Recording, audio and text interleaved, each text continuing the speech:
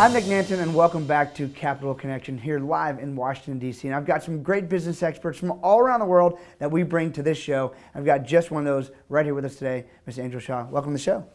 Good to meet you. Thank you for letting me be here. Oh, it's great to have you. So I know you, but our viewers don't. So tell our viewers a little bit about what you do. All right. Well, the background starts initially as who I am. And I really did not know who that was. What happened was exactly 3 years to this day, I had a house fire. And when I lost everything, it wasn't the material stuff. It was all the things that I thought defined me. And those little definitions were things like your military medals, your written works, my paintings, the things that I had created, the things that I had done in history, the heirlooms, and my children's artwork. Those simple things that you cherish and say, this is who I was. And that in itself really set me back. And I asked myself, who is Angel Shaw? And it was the words from my grandfather that really helped me at that moment when he said to me, and during a very strong, deep to heart over a bottle of rum actually, and he said, you know, you are born in this world with one thing that you will only take to the grave, and it doesn't matter about your material stuff, and that's your name.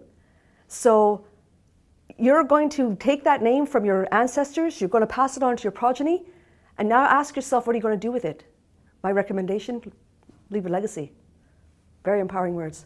Absolutely. So you had a very decorated military career. That's correct. And I wish thank you for your service, of course. Cheers, thank you. And you then, you're out of the military now. Yes, I am. And so when that house fire happened and you had to rediscover yourself, sounds like you found that you had some gifts that you can maybe share with others. Tell us about that. That was amazing because thankfully the company I was working for had a very strong, I guess what you call self-help psychology program that they allowed you to go visit a psychiatrist, especially during trauma, because life events happen. And when I went and spoke with the psychiatrist, I humored my company when I went and spoke to him, and I was just sitting there and kind of recapped. He goes, over the 10 years. He asked me that over the 10 years, what had gone on? And I sat there and I just told him my story. And he went, how is it that ye are not incarcerated, that you're not institutionalized, you're not in rehabilitation, and you're not in a morgue? How? What have you found within you that has allowed you to sustain where many people just give up? And I thought that was the most profound question. What was that? Of course I was cheeky and said, you know, I'm a redhead. but I did. That was one of the things that really prompted me to start exploring those venues. What is it that makes that person resilient? And it allows you to carry forward. And again, it's even when I was down at my lowest, pearls of wisdom from my grandmother. She said, don't worry, child. Remember that the finest swords have been hammered and go under a lot of heat to become the best. And your maker isn't out there to destroy you, but make you the finest. So that little pearl of wisdom just gave me that inspiration I really needed. And I acted on that. I just kept that in the back of my mind. So being that mentor, even for myself, I just realized I can, as I tell my story, people go, God, you should write a book, you should be helping people, which I was doing, but at a very low key level. And that's what inspired me to stake it. Maybe I need to take this up a couple notches and make it real. Absolutely, and that you've done. I understand you recently co-authored a book with Jack Canfield, Chicken Soup for the Soul. Tell us about what you wrote about in the book. Well, the book component is exactly that. I took it more on the military side of the spin, because I need to bring in awareness. There's been a lot of my comrades, they've been doing, God bless their hearts, they were doing a 22-day push-up to bring the fact that we got veterans up to 20 a day that are committing suicide. And I said, guys, you're doing a wonderful cause, but is it really helping the veteran? I know we're bringing awareness, but how can we help the veteran? And I thought to myself, well, what if I take that spin off that story, how I, after leaving the military and all the crap that I had to deal with, I did the opposite. I became reclusive. I relocated back to the UK. I was living in Scotland. The sheep were the only thing that were driving me crazy. And I had to figure out what it was. And it wasn't easy. And I discovered that the strongest component that allows us to heal is that camaraderie I had in the military. And because of severing that, I was putting myself through my own hell. We need to share. We're a culture as human beings very gregarious. And we need to have that network. We need to be able to bounce those stories off of one another because that's what helps us to grow.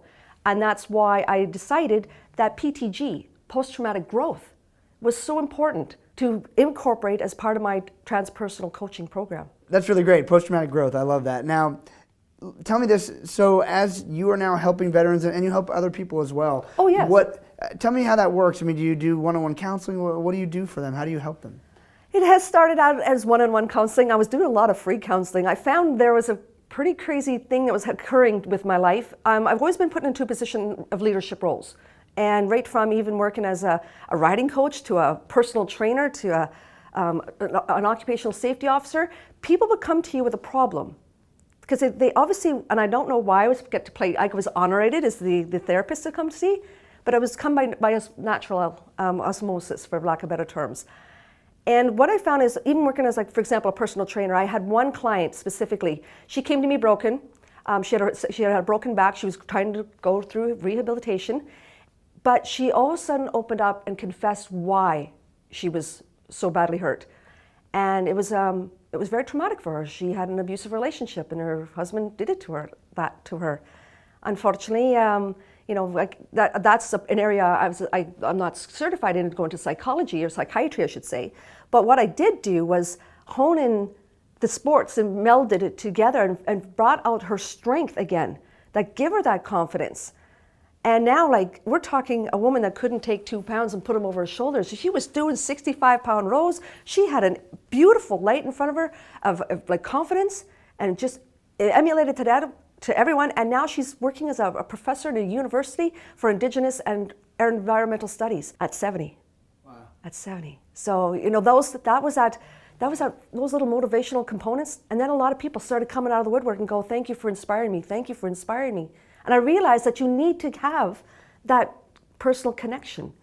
It's one thing to just read a book, which I did, and don't get me wrong, I had some great mentors in literature that I loved that helped me, but why do it in 10 years when you can condense it down so much less, from a year to 6 months?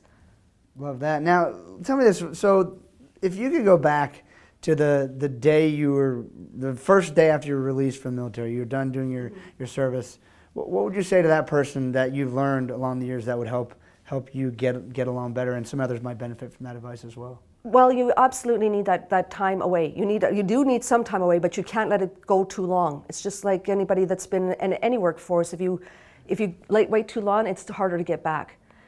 Take the time, honor that moment where you can just regroup, and that's our term in the military, regroup. And but you have to start putting things in order. What do I need to do? What is the checklist?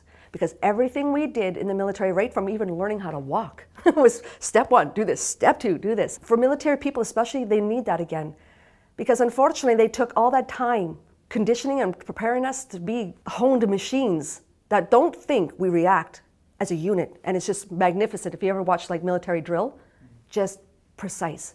But then when you get out of the military, you're stumbling. You're like, well, what do I do? What's my orders? And you don't have any. And that's the biggest part. As a military person, you've got to find your network. You've got to find your own troop again, or another troop that's going to relate with you. And that's why the camaraderie is really imperative. Love that. Now, Angel, I know there's a lot of people watching, veterans and others just in business, who would love to connect with you. How can they reach you? Well, the best way to reach me is I'm on every social platform I can think of that works for me at the moment. And that's, like Facebook and Twitter. And at LinkedIn, they want to really get in depth on my background history. LinkedIn's pretty in depth. I also have my own website, angelshaw.com, and right now it's there's still a little bit of tweaking to do to make sure that everybody understands exactly the core mission. It is empowerment. I want to empower people in the shortest amount of time, and so that they have that benefit at the end. People just cannot live in a position where they are just wandering aimlessly. I know everybody's really cool thinking that zombie apocalypse is great movies, but it's like our reality is we actually do want to live. We do want to live. And let's live fully. And let's live today. And today. Great. Thanks so much for joining me, Angel. Great. Thank you so much. And we'll be right back on Capital Connection.